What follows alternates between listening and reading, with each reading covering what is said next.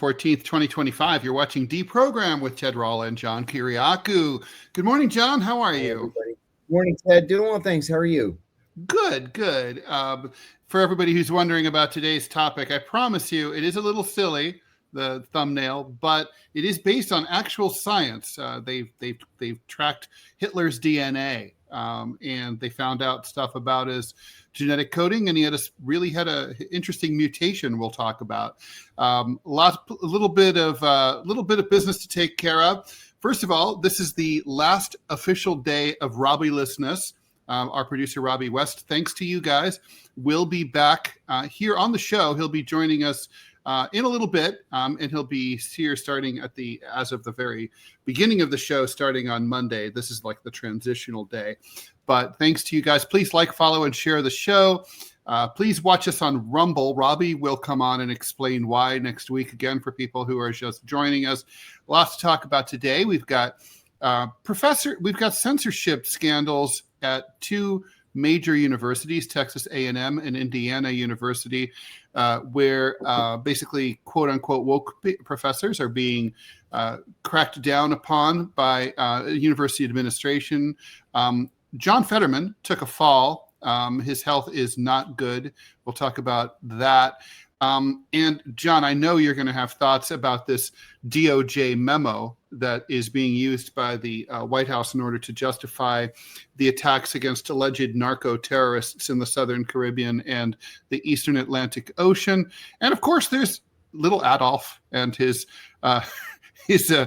possible micro-penis. There, I said it. What do you want to talk about first, John? Oh, before we do that, there's a question in the Rumble feed that I really wanted to. It went on literally just went on right a second before. And the question is from Tariq. Is the 2000 election the most consequential in recent history? The butterfly effect from the hanging chads is crazy. John? Wow. Yeah, good question. I would say, yeah. I would say 2000 was far more consequential than we realized it was. And as we lauded Al Gore for just, licking his wounds and walking away, maybe he should have fought harder. Of course, what are you going to do once the Supreme Court makes a decision? But yeah, that's a good observation. I also wanted to say something too. Yesterday on the show, Ted, we talked about immigrant visas now being denied for fat people. And a State Department consular officer reached out to me last night and sent me the following, which is important enough for me to read in its entirety. So, right. Hi, John. I'm a consular officer and a regular DeProgram listener. So thank you for that. Yeah. Thanks for covering the new visa restrictions. One point that's being overlooked.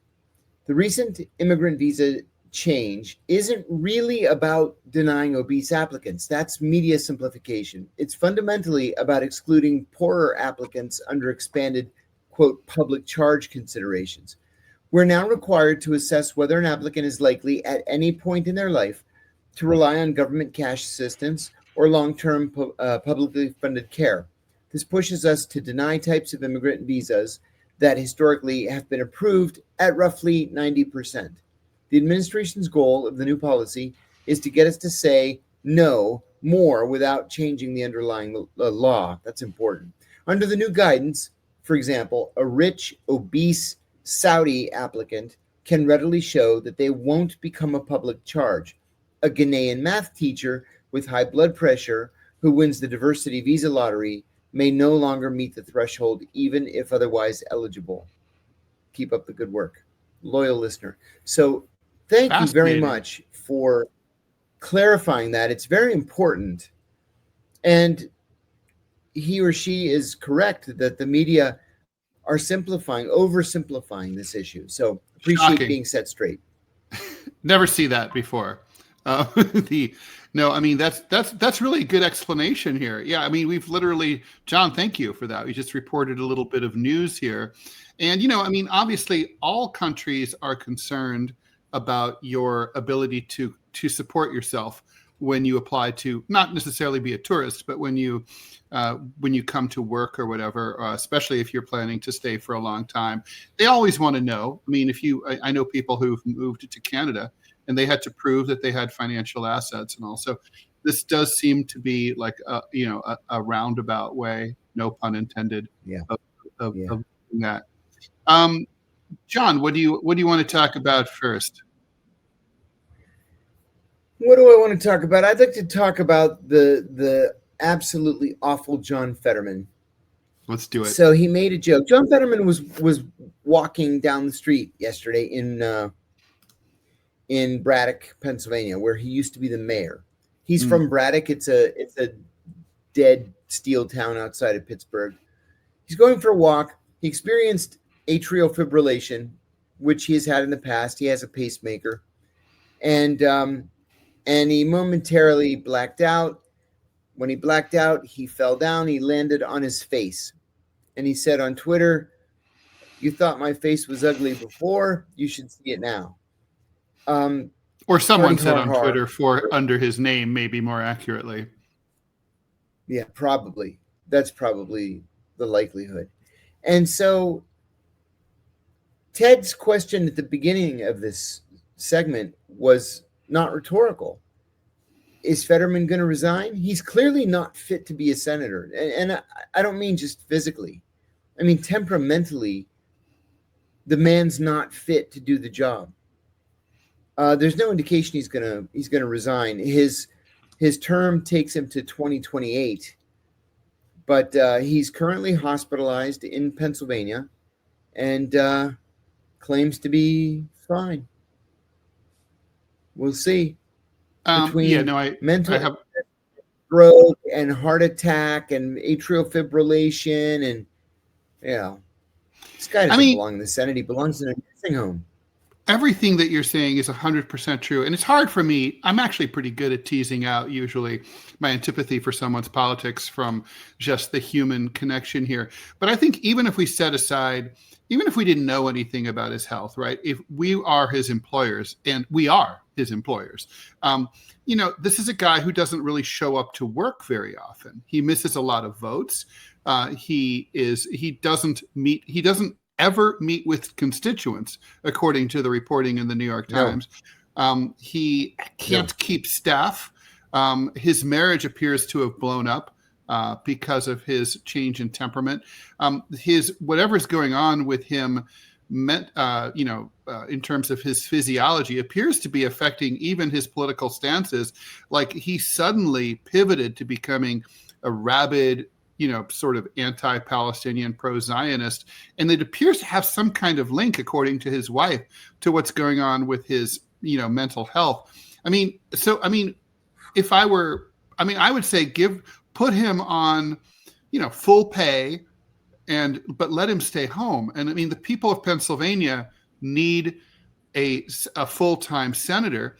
There's no political reason not to do it, because the governor isn't the governor a Democrat of Pennsylvania? It's Josh Shapiro. Yeah, Josh Shapiro would appoint his replacement. So there's no change in the balance of power politically. And so I don't know. It just seems like, I can hate John Fetterman's politics, and I think he's seems like a really unpleasant person, and at the same time really have compassion for what he's going through. It can't really be good for his efforts to recover to have this job or be trying to do this job. No. I agree. Maybe, I don't know. Is there any ability to sort of have a temporary senator step in, sort of have a person take a leave of absence and then say, hey, let's check back in 3 or 6 months. And then if things are good, you can come back. No, there's no provision for that. You're either in or you're out. Maybe there ought to be. Yeah, maybe there ought to be. Because I can imagine all sorts of scenarios. There kind of is for the president, right? there's the vice president. Let's say, let's say you have a car accident and you need 3 months to recover, but you're good. You're fine after. Well, Reagan was shot. Okay, there you go.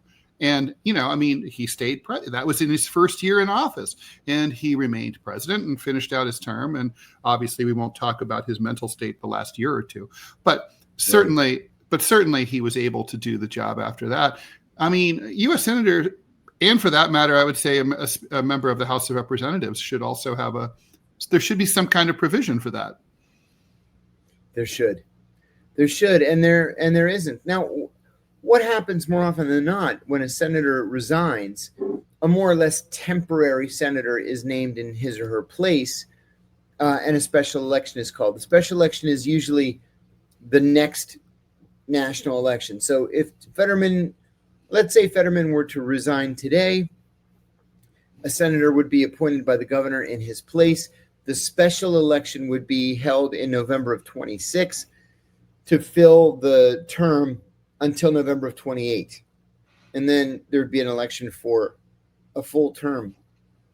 There was, when Robert Byrd died, the West Virginia senator, the Democrat who used to be the majority leader, when he died, a senator was named to replace him, but was only senator for a month. And then there was an election. Yeah. Yeah. When Hubert Humphrey died, when he was a senator from Minnesota, didn't his widow get appointed to the job? Muriel Humphrey. She became a senator. And then, so Manya the Cat is asked a follow-up about the 2000 election. And this is a question that I have seriously wrestled with for years. Why didn't Al Gore fight harder? It's weird for ambitious politicians to just go like that. And, I think I have an answer to that. So Donna Brazil, I signed her for syndication when I was at United Media. And she came in and we talked about this. And she was Gore's campaign manager. She was in the room at 9:00 at night on election night, November 7th, 2000. And she, and they're all watching TV and watching the returns. And she sees the vice president pick up the phone. She asks someone, who's he calling? And she was told, oh, he's calling Bush to concede. And she said, what? And she walked over, and with the old fashioned landline phone, she hung up on Governor Bush. She just clicked the receiver and screamed at Gore, what the fuck is wrong with you? What the fuck are you doing? This isn't over. It's the polls just closed in California. And obviously it wasn't over for the better part of 40 days until December 20th, when the Supreme Court finally ruled on Bush v. Gore. But she told me Gore didn't have the fire in his belly. He didn't really want it. He didn't, if it was proffered to him and he could just walk in and get it, sure, he's willing to work for it. But he didn't have that, I'm going to get this fucking thing no matter what. We should have known that the moment he chose Joe Lieberman as vice president. That's true. Yeah. Yeah. And also, and even distancing himself from Bill Clinton after 2 years after Monica Gate, and things had clearly, his poll numbers were back up and Clinton would have been an asset to the campaign. It was a shit show. I mean, and you just think, John, of all the things, the way that our lives, talk about the butterfly effect. You probably never would have gone to jail. I probably would have never been fired from the LA Times. I mean, all sorts of things are different. Today, we're going to be talking about this DOJ memo. These Venezuelans wouldn't be being blown up because of this memo that echoes the torture memo authored by John Yoo under George W. Bush, who wouldn't have been president if Al Gore had fought. I mean, I think Al Gore could have rallied the troops. He could have rallied the American people and said, I've won this campaign. I won the state of Florida. And that's what the Bushies did. They fought hard in the court of public opinion. And I think that's part of the reason. I mean, I know Sandra Day O'Connor, as the deciding vote, wanted to retire under a Republican president and be replaced by a Republican president. So there's a lot of things going on. But he didn't fight. I mean, think about it. We have more SUVs on the roads than ever before. Would President Al Gore have allowed that to happen? A guy who cared more about the environment than anything else? No.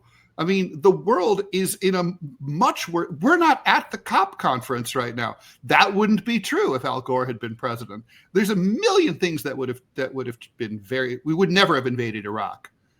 Maybe we might have bombed Afghanistan, but we never would have invaded Iraq. Yeah, I agree with all of that. Yeah, it's the whole world is different because of it. Yeah, I mean I kind of am really pissed at Al Gore for that. It's like, dude, you had a responsibility to the Democratic Party and to the American people to fight for this. And then, of course, I've got to do this rant. I'm sorry, I've got to do this.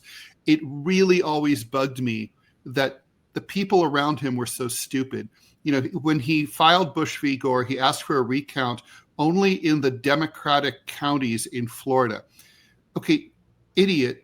If there's an undercount of Democratic votes, it's going to be in Republican counties in Florida because they're dominated by a Republican vote counting apparatus, and they're going to undercount Democrats. Right. You should have just asked for, and that gave the Supreme Court their way to rule against him under the Equal Protection Clause. They should have said, you know, count the whole state. You know, obviously, it's the state of Florida. Recount the whole state. It's like, God. That's right. The whole state. Duh. Yeah. So, and now we know that, you know, Al Gore probably would have won by 15 to 20,000 votes in the state of Florida. There's no Ralph Nader issue. That's bullshit. Yeah. Ralph Nader did not make the difference. It's been completely debunked. Totally agree. Hey, want to thank Scott A. Britton for the very generous $50. Wow. He says, thanks for a great show. Thank you, Scott. Thank you. Seriously. Thank you. Thank you very, very much. Tarek. Let's see. F you so. Who will replace Fetterman? Well, I mean, I agree with John. He's not going anywhere unless he dies. I don't think he's going. No. Here's a good question from USC XXX A-Rod 21.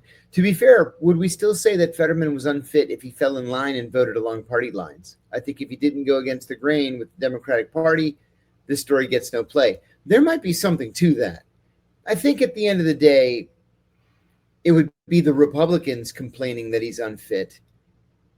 And now, you know, it's funny too. So many of my Republican friends, when Fetterman was first elected to the Senate, and he had his mental crisis and was hospitalized, the memes were absolutely vicious.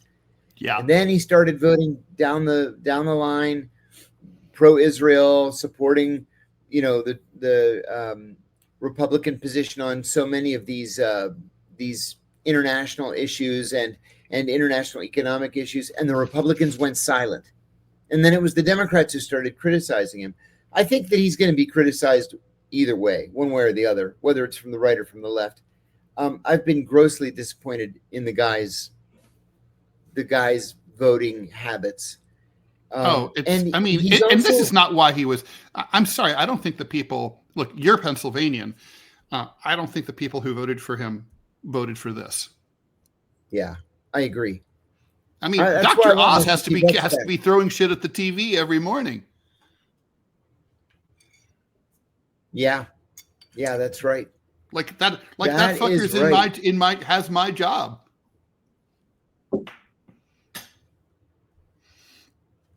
And you know what? I'm surprised at how much it has bothered me, Ted. But I'm really greatly bothered by the fact that the guy dresses like a slob. I hate and then that. Tries to go onto the floor of the U.S. Senate. It's disgusting. It's classless. Yeah, and Buy a fucking tie. I would feel different. And bump it up. Agreed. I mean, look, if he last time I saw someone who dressed like that regularly, it was a dude who had a colostomy bag after being hit by a car.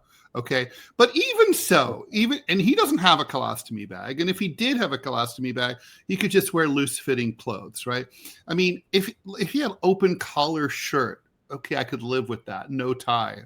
Although I'm partial to ties. I have a great collection of beautiful vintage ties, but it's like, you're right. It's disrespectful to me. It's like when Zelensky showed up in his, tracksuit, it's just wrong.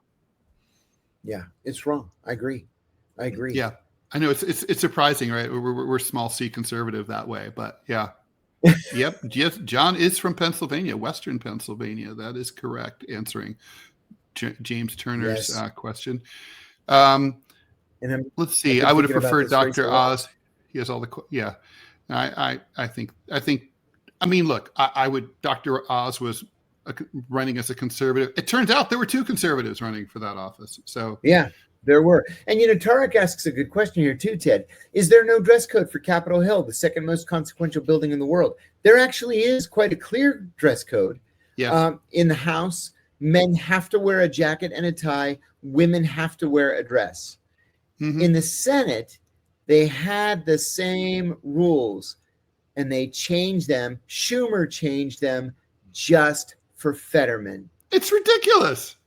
And that's why? I mean, he doesn't. There's no health reason for it, right?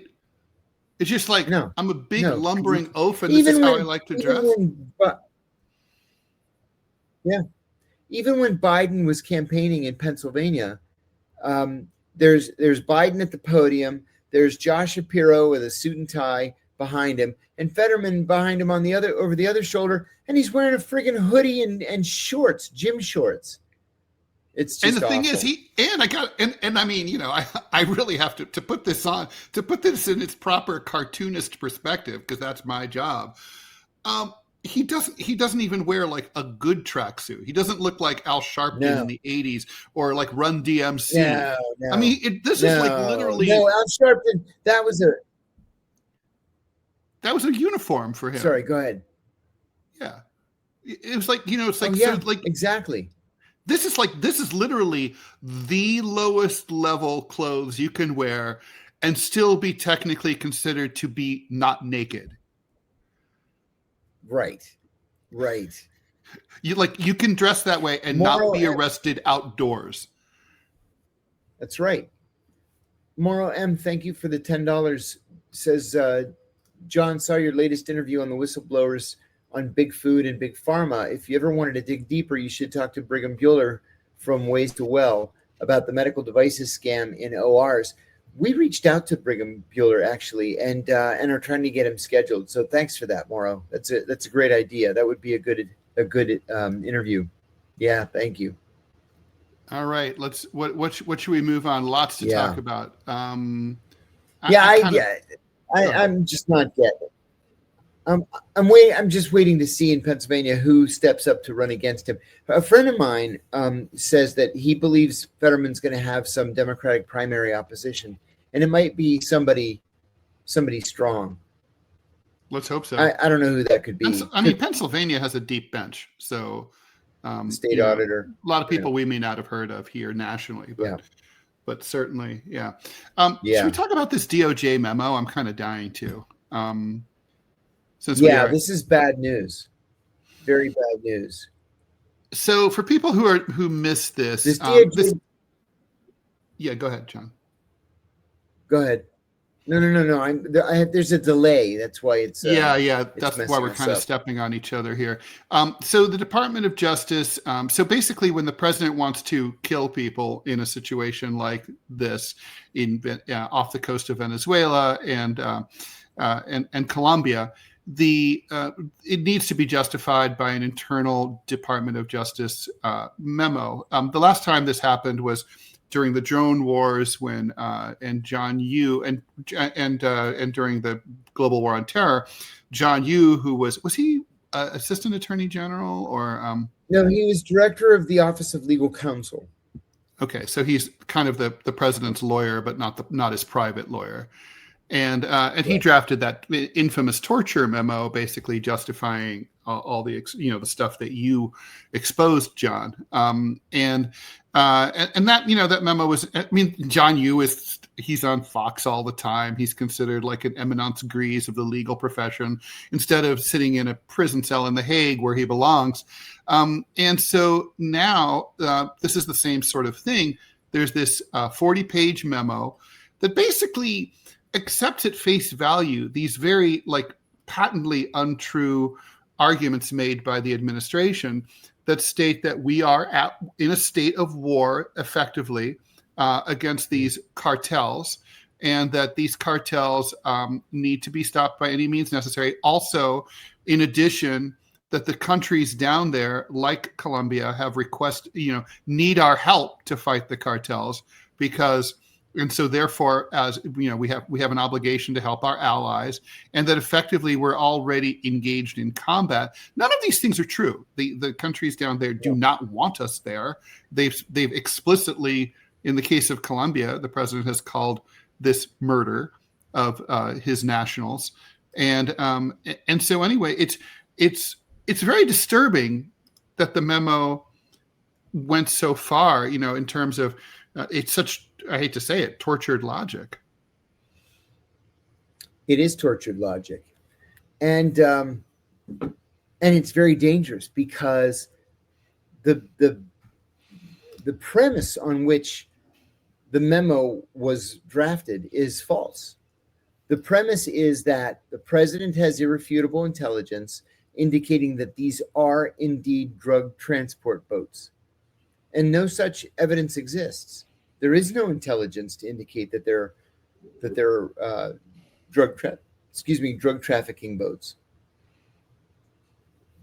So somebody's dropped the ball, and innocent people are being droned to death. And the thing is, I guess we're finding out, these days, all the ways in which our constitutional system has shortcomings.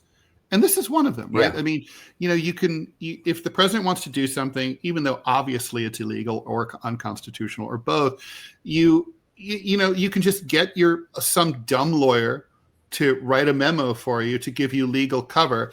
And the purpose of this, right, this is for the underlings who are given an order to kill these people, and they say, hey, I don't want to be prosecuted. I don't want to, after Trump will be gone someday, and then they'll come after me when then some fucking Democrat is the president, and I don't want to deal with that. It's like, don't worry, you're covered. You have this memo. This memo is your get out of jail free card.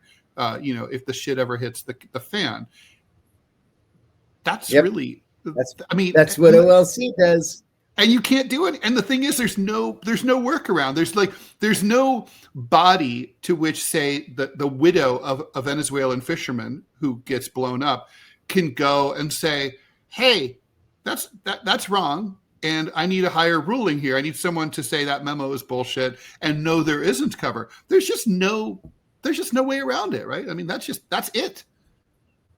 Yeah, that's it. That's why the U-Bible memo legalizing torture was so important, because it indemnified every single one of the monsters involved in that program. That's why none of them went to prison. None of them. And now we have the current problem with John Brennan.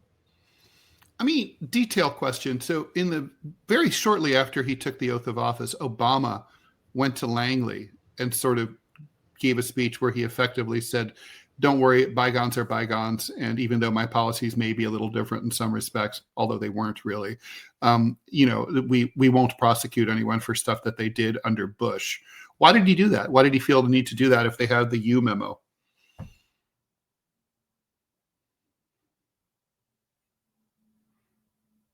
John, you're a little frozen here.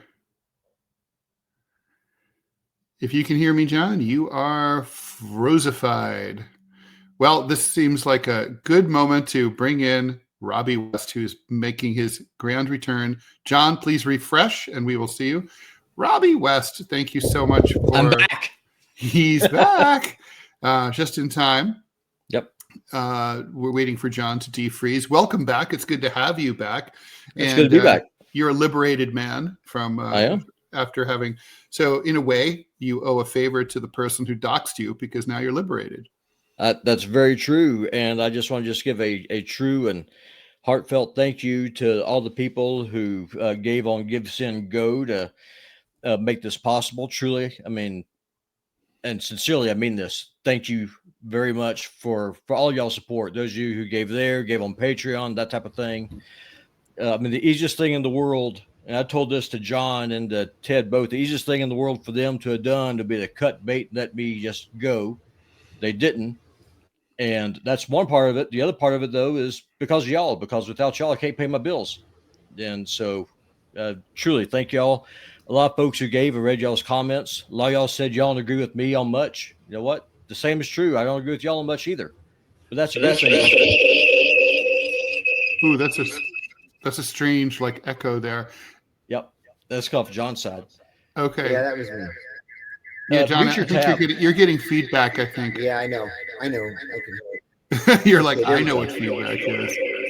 It's cool. It sounds like 1970s German experimental music. While you're troubleshooting that, John, I'm going to go ahead and hit an ad because we need to do that. Do not make any blah, blah, blah, blah, blah, blah. Oh my God, there's all these. Okay, here we go. There's so many references here to. Okay. It tells you not to do. God, this is so weird and annoying. Okay, Blue Chew chewable tablets are made with active ingredients found in popular ED medications, but in chewable form and at a much more affordable price. No waiting rooms, no pharmacy lines, just a quick online visit. And once approved by a licensed medical provider, Blue Chew sends the chews straight to your door. Look, guys, Blue Chew is the upgrade button for your sex life. Level up and get your first month free at bluechew.com. And we've got a special deal for our Rumble listeners. Try your first month of Blue Chew free when you use promo code Rumble. Just pay $5 shipping. That's promo code Rumble. All plans include an online health assessment, prescription medication if appropriate, monthly refills, and ongoing medical support. A prescription will only be written if deemed medically appropriate after an online health assessment with a licensed professional. Visit bluechew.com for more details and important safety information. All right. Let's see if we can get John back here. John. There we go. Third time's a charm.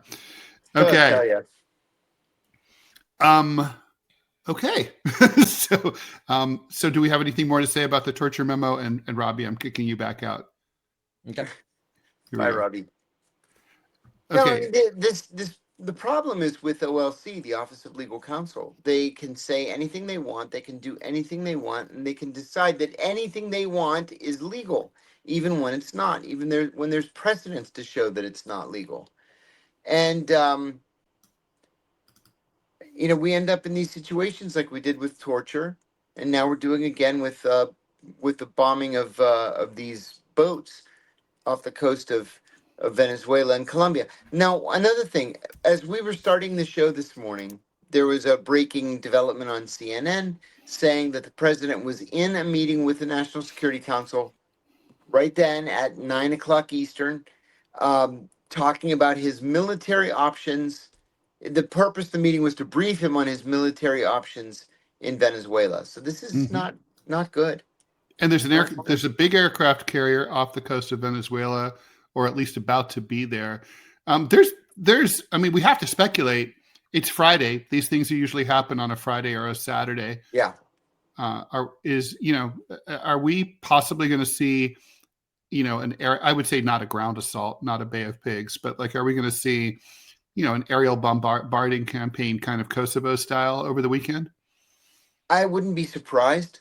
I wouldn't be surprised to see that. I'll tell you what I think won't happen. We will not send large numbers of ground troops.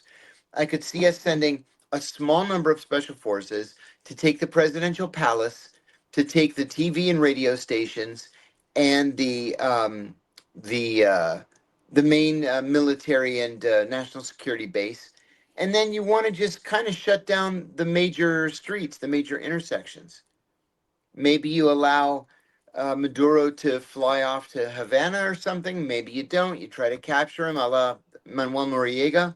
But I wouldn't be surprised if this thing ends, rather quickly.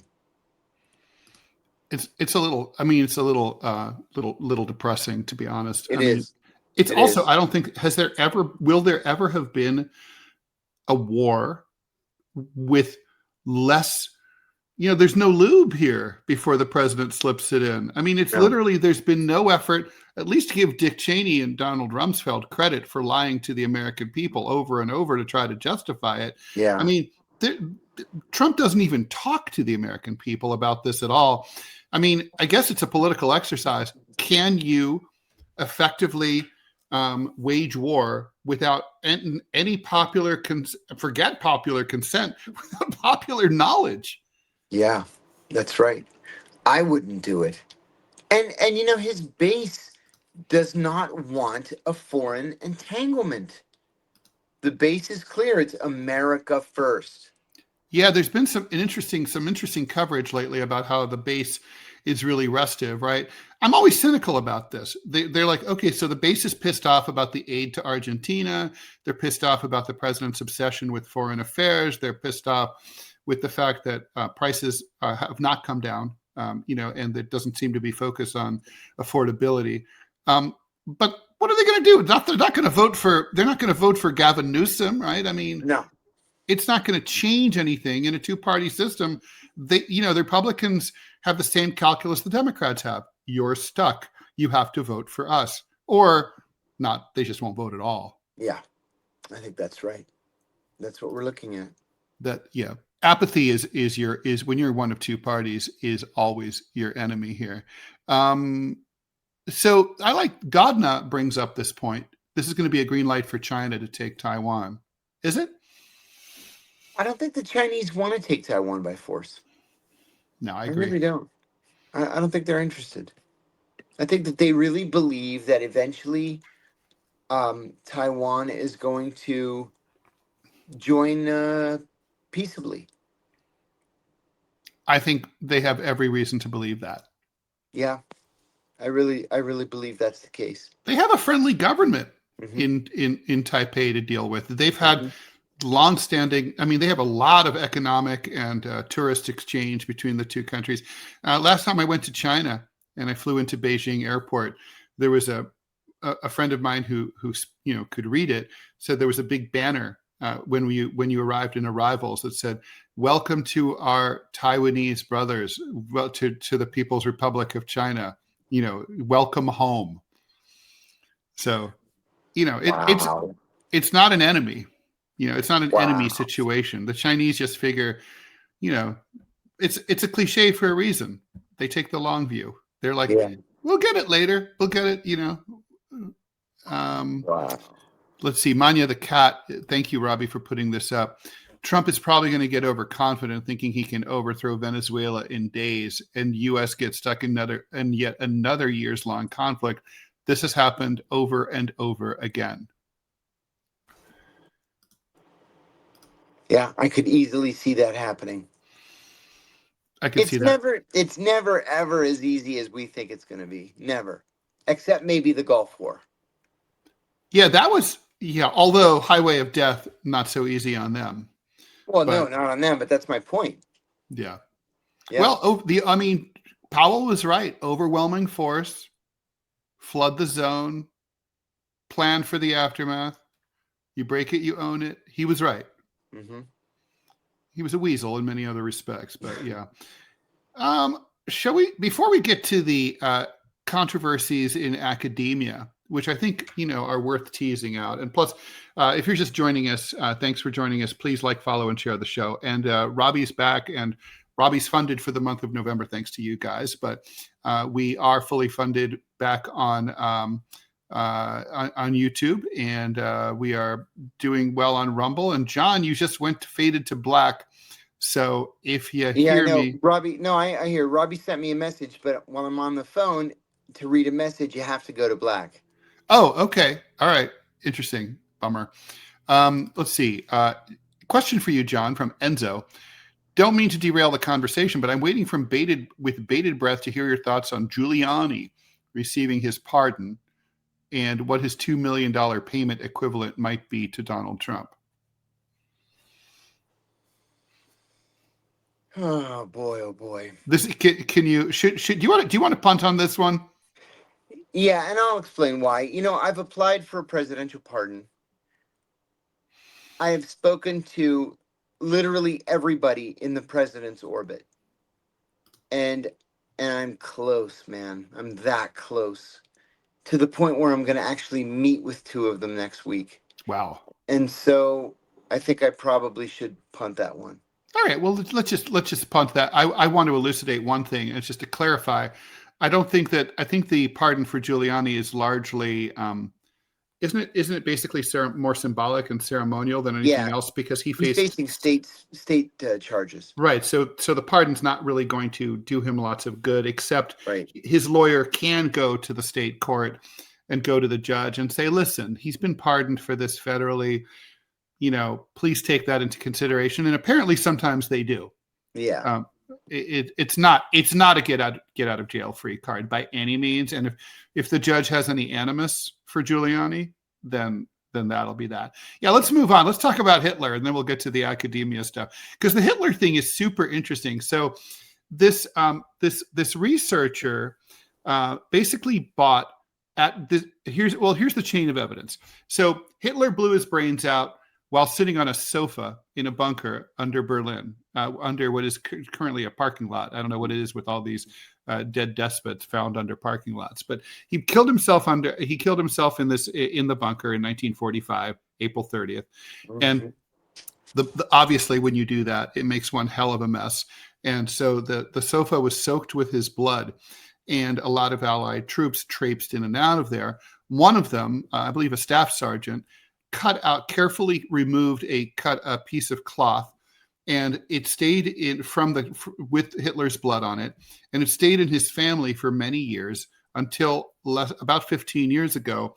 It was sold at auction, and it came into the possession of this genetic researcher who decided it'd be interesting to test Hitler's DNA to see if there's anything interesting in his genome. To verify that this is in fact his DNA, because it could have been someone else's, they compared it to one of Hitler's living relatives. And he doesn't have any direct heirs as far as we know, but obviously he had cousins and so on.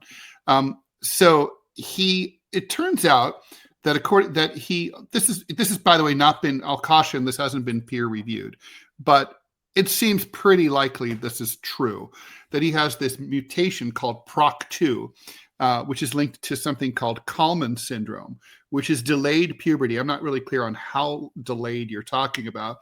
I had late puberty. I didn't really, nothing much happened until I was 16, and possibly undescended testicles and micropenis. So we do know there's always been rumors that he was a self-hating partial Jew. That's definitively ruled out. He has no Jewish ancestry, no Ashkenazi or otherwise. But anyway, and so also, you have the genetic marker for Kallmann syndrome. Doesn't mean you have Kallmann syndrome. But there had always been this, sort of rumor that the Allies spread that he had one testicle, but there was never, that's just something that they made up for wartime propaganda. We do know his valet, who changed his sheets, wrote a book that my mom sent me like 20 years ago, because she and I were both, avid students of history. And in the book, Hitler's valet, who said, I changed his sheets, said that Eva Braun and him had a normal, quote unquote, sex life. Okay, so of course, people with a micropenis can have a normal sex life, but it's interesting as hell. It also, apparently, there's much higher chances, like, in other words, 99% in the top 1 percentile, if you have this genetic marker, for your chances of having schizophrenia. I don't think there's any, from what I've read, I have a shelf groaning with books about Hitler. I don't think there's any evidence that he was schizophrenic. Autism, I doubt it. ADHD, I could see. Those are all things that that are associated with Kallmann syndrome. And so, obviously, the world is always trying to figure out what the fuck was wrong with Adolf Hitler and why was he the way he was. And I've always said the real terror of Adolf Hitler is that there was nothing wrong with Adolf Hitler. Yeah. He was just a politician. Right. But what do you think, John, of all this? What do you make of it? Well, let's talk about this. This is a two-part, it comes from a two-part documentary that is running on a network in the UK. The Guardian has been reporting on it. I find it to be absolutely fascinating. One of the things that I find fascinating is there's always been this general belief that Hitler was partly Jewish through his father's side. What this investigation found, that his father was actually the illegitimate child of Hitler's grandfather, or I should say a grandmother. And so Hitler's paternal grandfather was not the man that we've always We don't have any idea was whoever he was, he wasn't Jewish. I find that to be fascinating. Now, we know that, but Hitler didn't know that. Hitler thought he was part Jewish. Right, So that's it may true. have been, in part, self-hatred. This gene is called PROC2. It's responsible for what they call a well-known but rare genetic disorder called the Kallmann syndrome, which delays puberty. Look, we don't know. We don't know if he had a micro penis or a giant penis or undescended testicles or descended testicles or one testicle or whatever it was. But I find it fascinating that we're still talking about this, 80 years after the fact. I find Yeah, it fascinating. it's totally fascinating. And And this is also the first time that anybody has actually confirmed that they have possession of Hitler's DNA. There's a Holocaust denier in the UK, Irving something. His name escapes me now, and and he had David what he Irving, I think, is his name. David Irving. David Mhm. Irving. He had what he called a lock of Hitler's hair that he sold at auction 10 or 20 years ago. And it turned out to be hair from some random guy. It wasn't Hitler's hair. And Of so the course, whole DNA thing was a bust. This is Hitler's DNA. They for are sure. 100% sure. And the way they are 100% sure is Hitler still has a couple of cousins on Long Island, a couple more cousins in Ireland. And they all provided, even if reluctantly, they all provided DNA to cross match it. So this is Hitler's DNA. Russia might also have his DNA, Oh, right? Because Russia his 100% has his DNA. his body was burned on the on the ground level above after he committed suicide, and but the Russians took the skull and That's what right. was left. They That's grabbed right. everything they could. The Russians denied it for years, and then Years. and then they and then after the fall of the Soviet Union, they confirmed that it was in the archives the whole time. Yeah, There's that that's great right. punk song, "They saved Hitler's brain." I talked to a very high-ranking, the highest-ranking KGB defector ever in history, Oleg Kalugin. He lives not far from me. I wanted to have him on my podcast, but he's 86 years old now. And anyway, we somehow got onto the topic of Hitler's skull, and he said that Hitler's skull sat on the desk of the head of the KGB at least until 1979. He was in that office in 1979 and he saw Hitler's skull on the desk and he said, "That's not Hitler's skull." And the head of the KGB said, "Oh, it's Hitler's skull." That makes I had heard something similar about that. So I don't know where, but in some kind of, I mean, I guess lots of people have been in and out of that guy's office. So over the years, um, so I mean, you could imagine it's a trophy, right? Didn't George W. Bush get Saddam's pistol as a trophy also? Yeah, the gold-plated pistol. Everybody took trophies. I have Osama bin Laden's paperweight from his desk. What is it? What is it? What's it It's a made of? big honking chunk of lapis lazuli. Ooh, that's so it's not just UBL, It's worth but money. it's also a nice piece of It's stone. absolutely stunning. It is so bright blue, it'll take your breath away. And it's flecked with gold. It's filled with pyrite. So it's like shiny gold sheen to it. It's That's mined in stunning. Afghanistan. Yeah, mine in Afghanistan. I took it right off his desk. I'm really every now and then I discover stuff that my ex-wife took in the divorce, Oh and my God, she yes. took my giant chunk of lapis. It just doesn't have Oh, the same cool provenance as yours, but lapis is expensive and it's hard to get. yeah, yeah, yeah. It's I just discovered like a few days ago that she took one of my favorite watches. I collect watches, and I was like, oh, what a bummer. But it's like, you took the Windsor, really? You took that? I hate you. Um. Anyway. So yeah, Real quickly, Adam Tube 2, send me a message right here through the show, and Robbie will forward it to me. Okay, thanks, Ted. Stir Bikes a Lot says, look up Peter Levenda's book, Ratline. He says that Hitler died in Indonesia. Makes a good case for it. Justice Thomas, Nazi lover friend, and him were in Indonesia for a time. I call bullshit on that. Yeah, I don't believe that. You know, it's like the hunt for Martin Bormann. For so many years, it's like Martin Bormann was seen hiking in Bolivia. Martin Bormann was seen in a restaurant in Brazil. Actually, now we know Martin Bormann was living in Cairo. He was an advisor to Gamal Abdel Nasser. He wasn't hiding. Right. And well, Dr. Mengele, right? He was the one. Yeah. I mean, The Boys from Brazil is based on him. Gregory Peck plays him in an amazing performance, just fucking astonishing. The Boys from Brazil. Great movie, even better book, Ira Levin. Ira Levin, God, what a great author. I mean, the Stepford Wives. Yeah. It's just so great. Rosemary's Baby. Oh, classic. He knew how to crank them out. A month or two ago. Yeah. Roman Polanski, so good. Yep. Filmed entirely in the Dakota. Yeah, so cool. It is a sinister. It is, and it's funny because I've been in the Dakota, and it's not sinister at all when you're there, but in the popular mindset.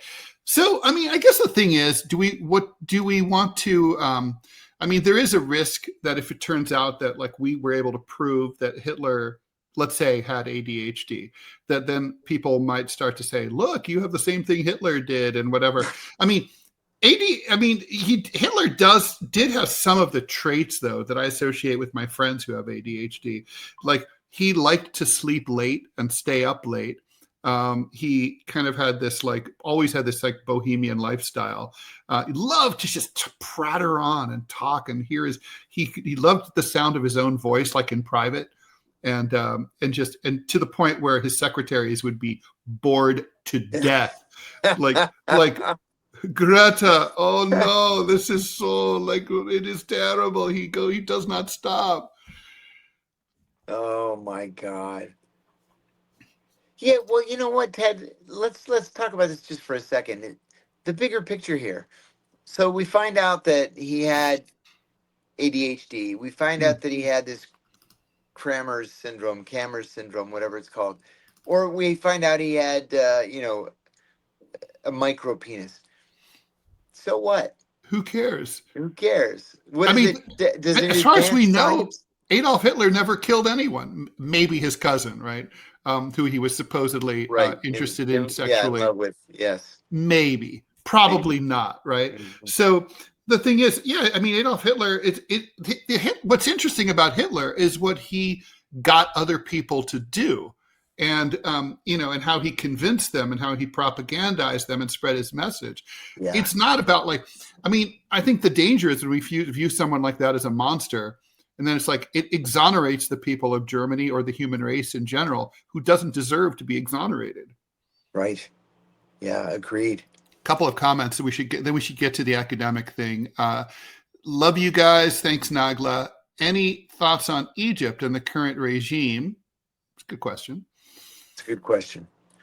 I was talking to a prominent Egyptian day before yesterday. I want to protect his identity. Anyway, he operates in the highest circles in the Egyptian government. And he was telling me that corruption remains a great problem in the country, just like it always has. But compared to Egypt at the start of the Gulf War, when there were 55 million people, there are now 120 million people in Egypt, and they just can't accommodate them. There's not enough housing. There's not enough food. So they're definitely not taking the Gazans. No, and they are not. Well, that was the whole purpose of our conversation, was to talk about Gaza. They're not taking one single Gazan, not one. And he said, so why is the population why is it exploding so dramatically? Is that a sign of optimism on the part of the Egyptian people about the economy, or is it just that they just like to fuck and they don't use birth men control? Can't keep their hands off their wives.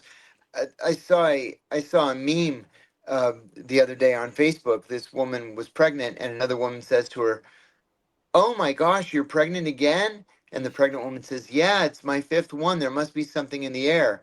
And the first woman says, yeah, it appears that it's your legs. or two of them. That's awesome. Real, thanks for the $2. Iran seized an oil tanker heading from the UAE to Singapore last night. How do they benefit from this seizure? Well, they get attention. Yeah, they don't really benefit.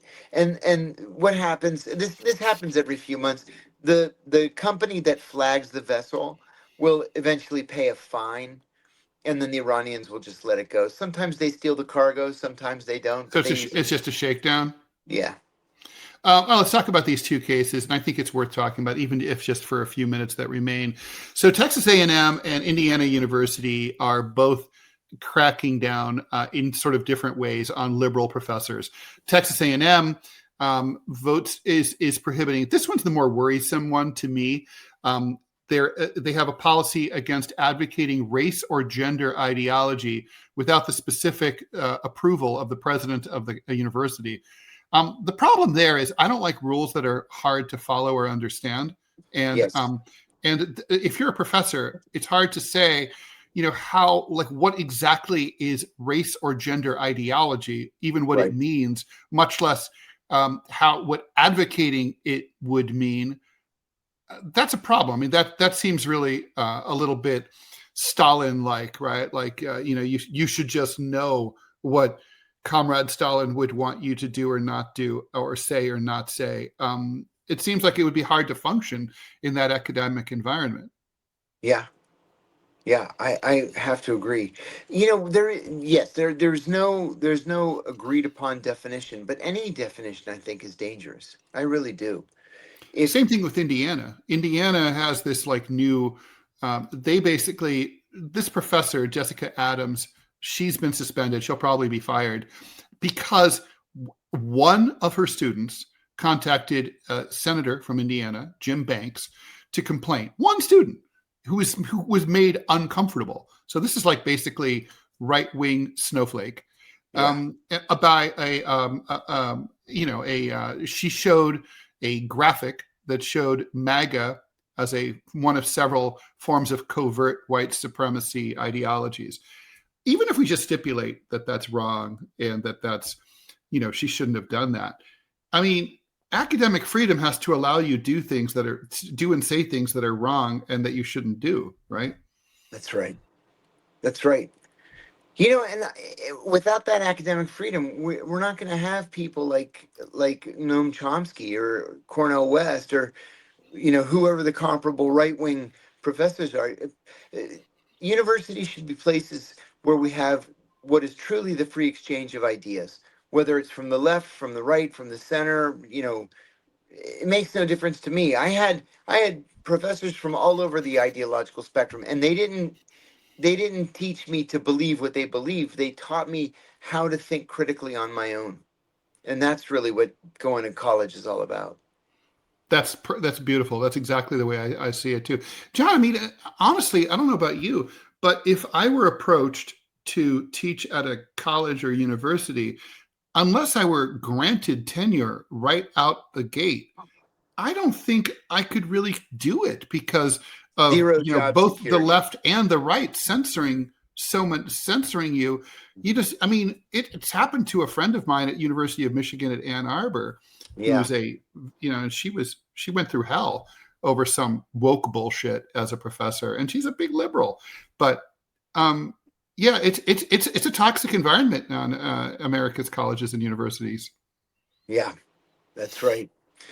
That's right. I teach at two universities right now. I teach at one called Bay Path, which is based in Massachusetts. I do an online class and on intelligence, and at the University of Salamanca in Spain, I do two classes, one on intelligence and one on the history of terrorism. And no one has ever approached me to tell me that I can or can't say something. And frankly, if I was told that I can't say something, you know what? It's not worth the $3,000 a semester. Nah, they can just keep fuck it. Yeah. It's not worth $100,000 a year. It's like, no. Fuck it. All right, guys, it's that time. It's the end of the show. It's the end of the week. Hope you have a great weekend. John, have a great weekend and you too, relax. Thanks for watching us. We are DeProgram with Ted Rall and John Kiriakou, and we come to you live Monday through Friday, 9 a.m. Eastern Time. We will be back Monday at 9 a.m. Eastern Time. We will have producer Robbie West right out of the gate helping us so things run a little more smoothly than they have been under my flawed guidance. Thank you so much, and we will catch you next week. Bye, guys. Great. Bye-bye.